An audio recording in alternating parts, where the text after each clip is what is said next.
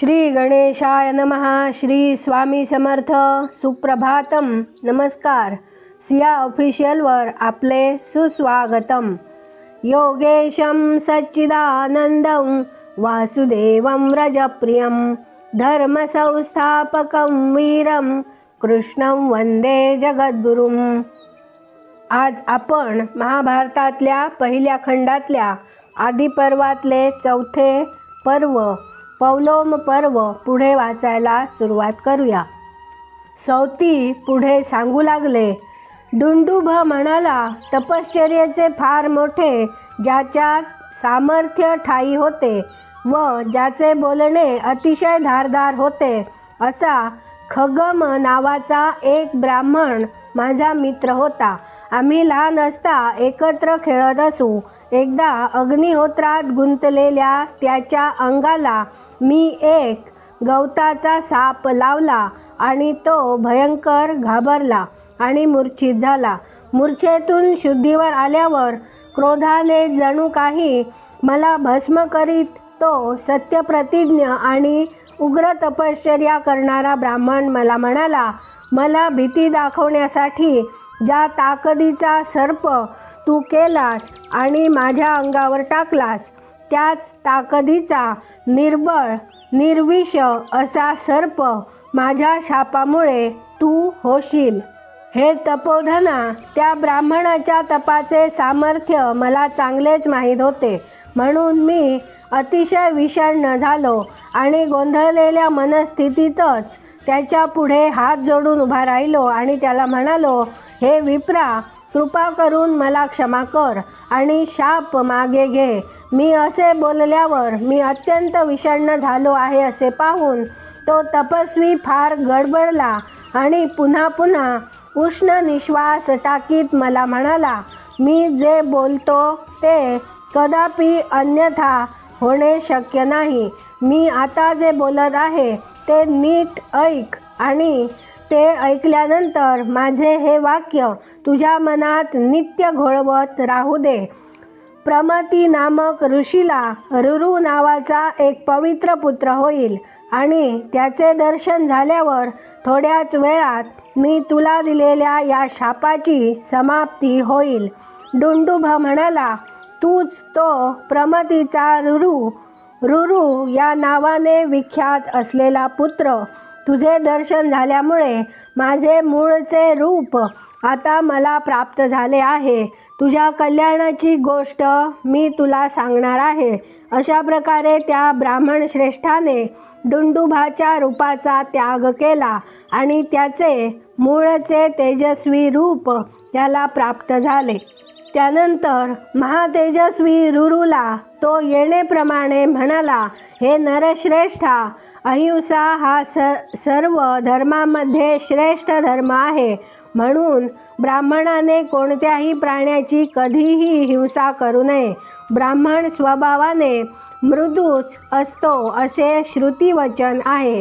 प्राणीमात्रांना जो अभय देतो तोच खरोखर वेदवेत्ता आणि वेदांगवेत्ता होय. अहिंसा, सत्यवचन आणि क्षमा तसेच वेदांचे धारण हाच ब्रह्मचर्याचा सर्वात श्रेष्ठ धर्म होय. म्हणून क्षत्रियाचा जो धर्म त्या धर्माप्रमाणे आचरण करणे तुला योग्य नाही. दंडधारण, उग्र प्रकृती आणि प्रजांचे पालन ही पूर्वीसुद्धा क्षत्रियांचीच वैशिष्ट्ये होती. हे मी तुझ्या कानावर घालतो, ते नीट ऐकून ठेव.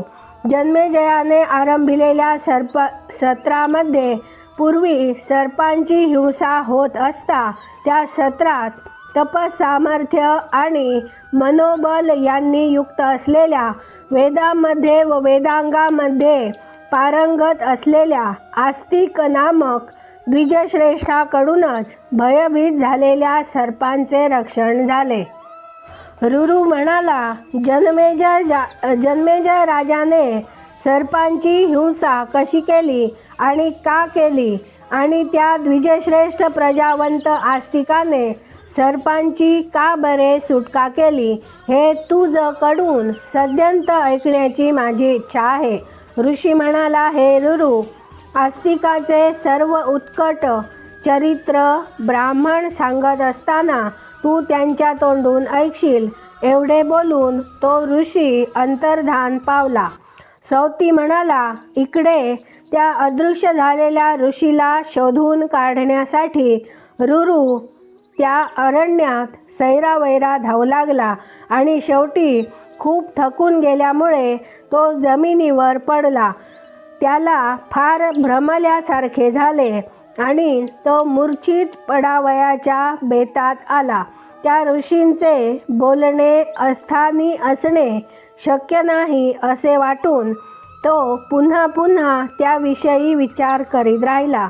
नंतर शुद्धीवर आल्यावर रुरूने ऋषींचे ते बोलणे आपल्या पित्याच्या कानावर घातले आणि रुरूने विचारल्यामुळे त्याच्या पित्यानेही ते सारे आख्यान त्याला सांगितले. आता इथे पौलोम पर्व वाचून आपले पूर्ण झाले. आता इथून पुढे आपण आस्तिक पर्व वाचायला सुरुवात करूया. शौनक म्हणाले, हे सौते, त्या थोर जन्मेजय राजाने सर्पसत्रामध्ये कोणत्या कारणामुळे सर्पांचा नाश केला ते मला सद्यंत यथातथ्य आणि तपशीलवार सांग. तसेच मनसंयमी पुरुषामध्ये अग्रेसर असलेल्या त्या द्विजश्रेष्ठ आस्तिकाने भडकलेल्या अग्नीमधून सर्पांची कोणत्या कारणामुळे सुटका केली.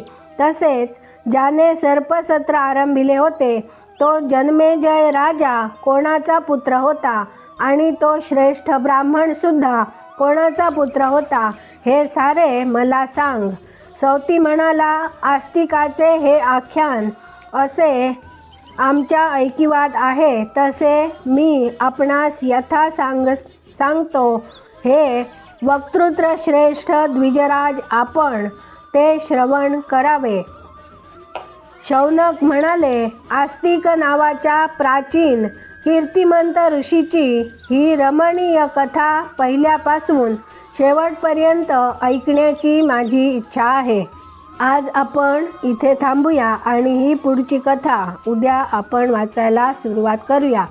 माझ्या सिया ऑफिशियलला सबस्क्राईब केले नसेल तर आत्ताच सबस्क्राईब करा. बाजूच्या बेलवर क्लिक करा. लाईक करा, शेअर करा. कमेंटमध्ये तुमचे विचार नक्की कळवा आणि राधे राधे लिहायला विसरू नका. धन्यवाद. जय श्री कृष्ण.